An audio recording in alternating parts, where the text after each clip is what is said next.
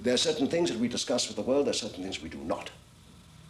I never ask a woman's age, and I never ask a man the proofs of his religious feelings. Well, now, my father was an agnostic. He was, as an inquiring brain, as a medical man, he was drawn to this question of, is it conceivable that life does go on beyond the grave? Is there a life after death? He investigated the matter, proceeding progressively over a period of 35 years. Get that figure, 35 years, from extreme cold to tepid to hot. He read what had been written on the subject by famous scientists like Abraham Russell Wallace, Flammarion, Lombroso, Gelée, other great scientists. And his only reaction was how extraordinary that so brilliant a brain can have a weak fissure in it. That was his reaction.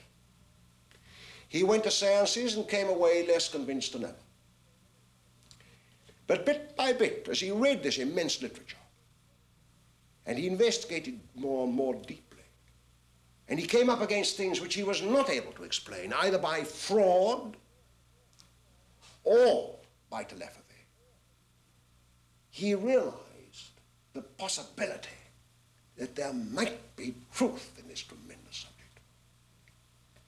Every religion agreed that life continued. I don't care if it's a Christian, Mohammedan, the case may be, with the single exception of, I think, the Buddhist. Every religion agrees that there is a higher life.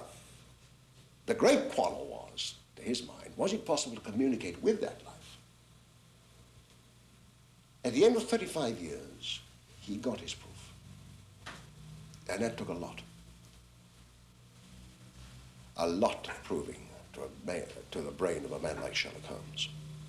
35 years of close investigation.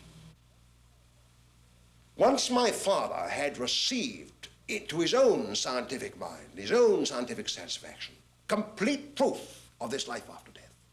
And when he found himself in harness with such men as Sir Oliver Lodge, Sir William Crookes, other great men who sacrificed so much in order to say the truth, he realized that either he was faced with devoting his life to this or remaining silent, just taking it for his own benefit. And he, being the man that he was, decided to give the rest of his life to it. And he did, at what a cost. He lost his peerage to it.